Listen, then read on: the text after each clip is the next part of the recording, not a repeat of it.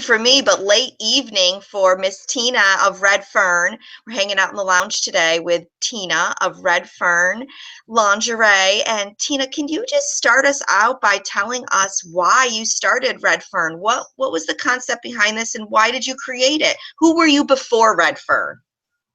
Well, hi, Marie, and it's really nice to finally put the face to the person who's been communicating with me. I feel like I already know you.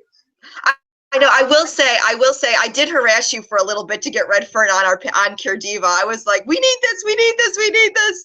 And I will give a big shout out to Elizabeth Dale, who connected me to Red Fern. She linked me and she's like, look at this page and tell me you do not need these bras. And I wrote back in capital letters, highlighted, need. So I totally cannot thank you enough for creating this line. But tell us, Tina, who were you before Red Fern? Who was I? Just a regular girl. I was 37 at the time when I was diagnosed with breast cancer. Life was going great. Working in a law firm, I was a legal secretary and in knowledge management. And then obviously life threw me the curveball. And how it all came about is I had a mastectomy and I was given an immediate reconstruction. So I had a lap DNC with the silicone and obviously the tissue from the back. And the doctors and all the surgeons have said, oh, yep, you're fine. You should be able to wear your regular bras now after, hold on, let me go back.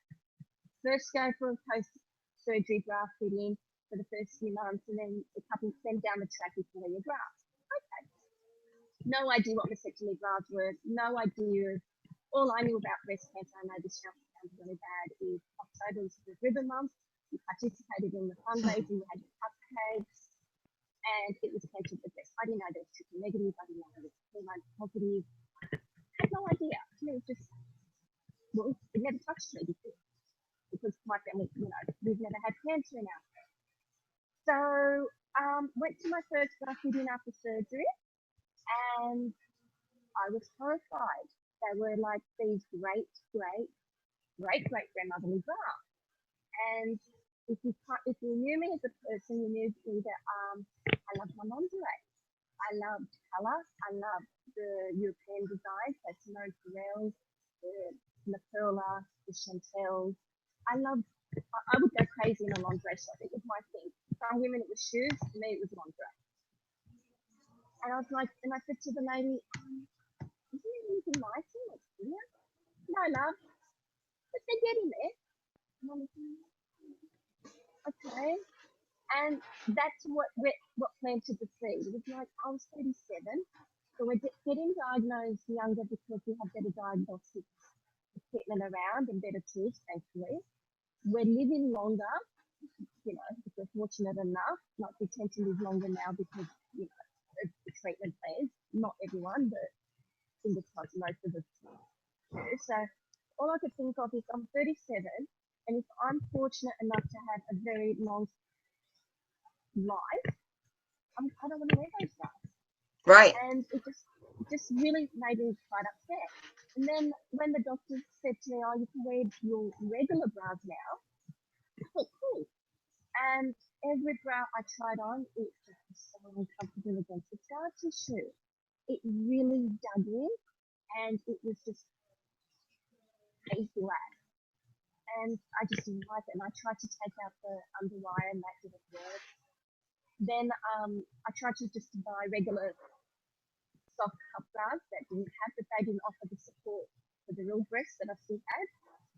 And it kind of all got me thinking about women who did have mastectomies that for whatever reason, whether it's part of their treatment plan or not, didn't have a reconstruction. And I thought, well, their choices then are drastically limited and reduced. So before cancer, you go to a boutique or a department store, and you've got whatever brand, whatever design you want.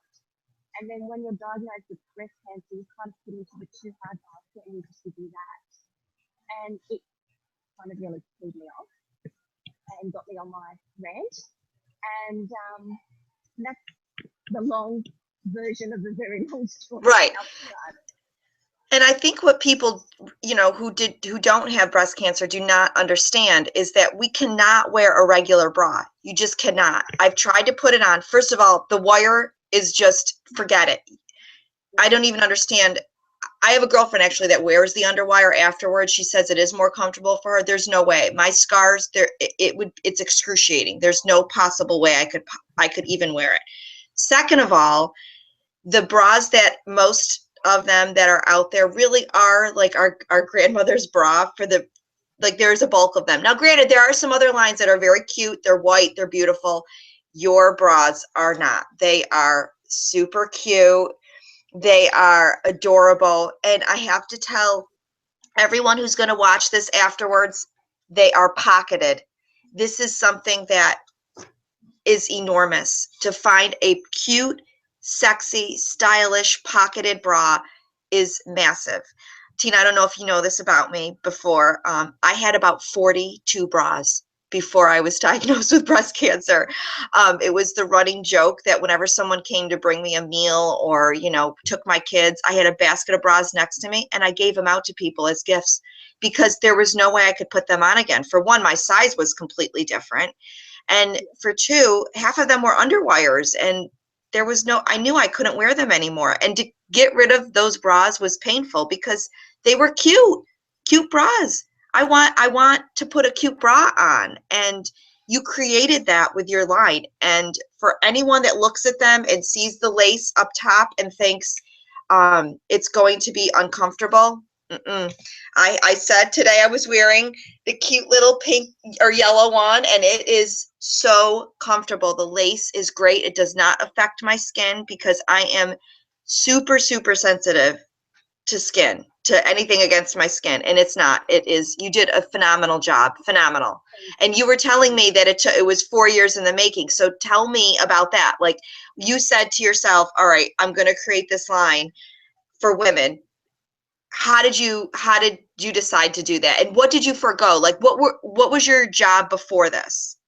Okay. Well, before this, like I mentioned, I worked at a law firm, so I was a legal secretary, and I worked in knowledge management and database management. And yes, and what did I do? I had no idea what I was doing. It was just, to me, I honestly thought it's a bra. All you have to do is make it prettier. What I didn't know is that the bra is one of the most complicated garments in the clothing to design and make. It has more components involved, like you've got your casings and you've got your straps and your hook and eyes and your sliders and numerous other things.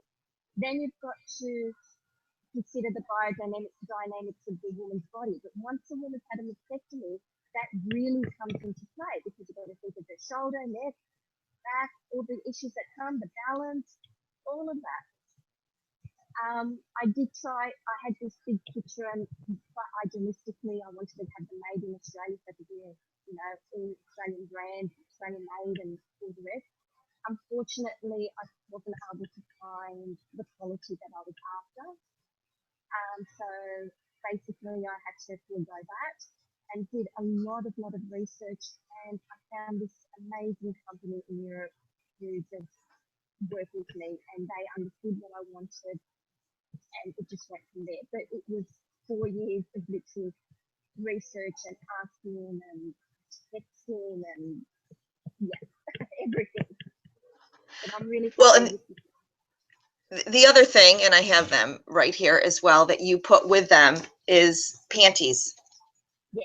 And that is important because I know that may not seem like a huge deal to a lot of people, but to have the complete look it really is, because if you feel good underneath, it kind of makes you feel a little bit more like yourself again. And we talk a lot about, you know, the cure for cancer and, you know, and which clearly you know that I'm a major advocate of that, and I'm not going to deny any of that. But I also am an advocate of mental health, and I think that what cancer takes away from us as women is so enormous, and all of these great manufacturers like yourself, and I haven't found the right word yet, and I can't wait till I find the right word for it, but these survivors who then come up with this incredible line that gives us back a little bit of ourself.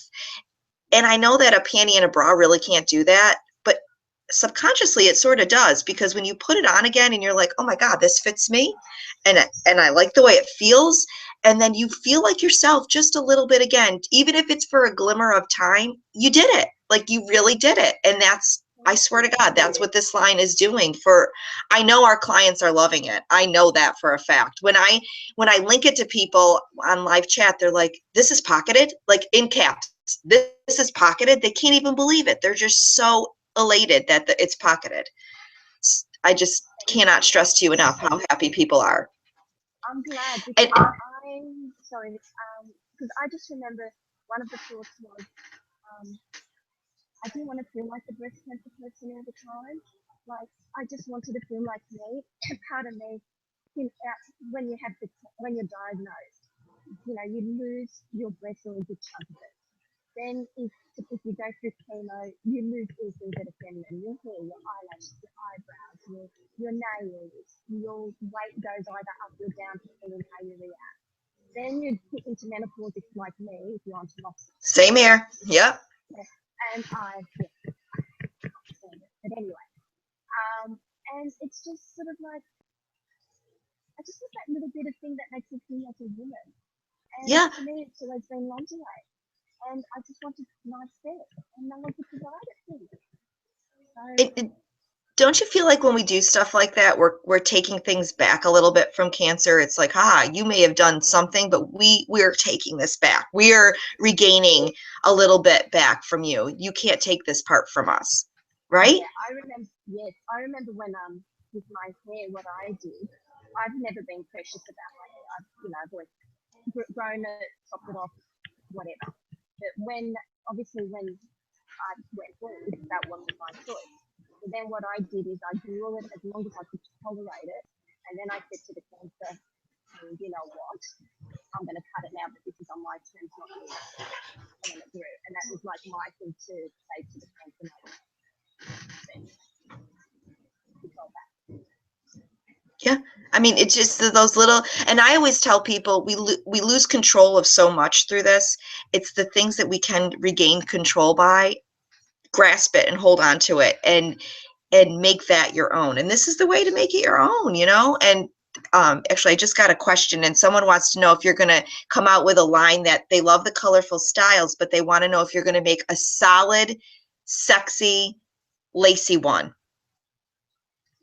So We've maybe, got a couple of different. I've got some samples for the next range. There are some solid colours. We're looking at like the bright blue and the bright pink. We've got some polka dotted ones, and I've got also some of the basics range of like in black and so far. Do you mind if I go and grab some? no, go grab them.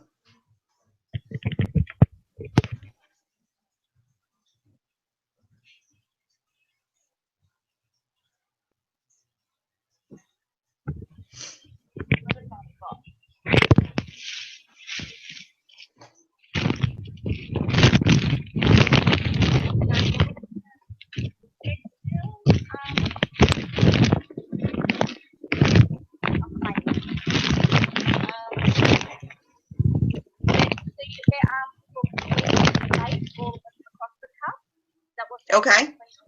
Yep. Okay. At the moment, no, but I can look into doing that for the future. At the moment, they're looking just pretty similar to what we've got in the others, where it's the plain satin down the bottom with a bit of lace up the top, but it's all coming in the different colours. So Oh, pretty. we've got a really pretty. I love that. Love it. And then Tina, I got another question. If you're going to do a full figure line. I would like to down the track. I mean, I've got a lot of things I want to do, but the reality is I'm a small startup, and it just takes time and finances and trying to get the right things in place. So at the moment, my goal is just to try to get a new range and different colours and options out. But I do want to do things to be able to cater for everyone, because breast cancer doesn't discriminate, as we know. It doesn't really care who you are, it just cares that you've got a breast and it wants to get that. So if I can cater to everyone, I could try my best. I mean, but we're different women with different shapes and sizes, and go from there. And you know what, Tina? That's why these hangouts are so important. I think a lot of people don't understand. They think you're a big company like Target or Walmart. They think that, it's coming from this big organization. What they don't understand is that you had breast cancer yourself, and that this evolved from you having breast cancer, and that you're a one girl show, and that you're doing the best that you can, and that sooner or later, and I think sooner, as your company grows and grows, that we will be seeing a lot from Red Fern. But I want to thank you for coming into the lounge and hanging out. I'm so glad I got to finally meet you in the cyber world. I wish I could jump through and give you a hug. I do this And for my niece. I know, you can just hug you right there, because we've spent so much time emailing back and forth and chatting. But I look forward to seeing what's going to come on from Red Fern, and trying it on myself and seeing what you have for us. Thank you so much for Thank hanging out with you. us. Thank you. I really had a great time, and hopefully I'll see you next year at Perth. I hope so too.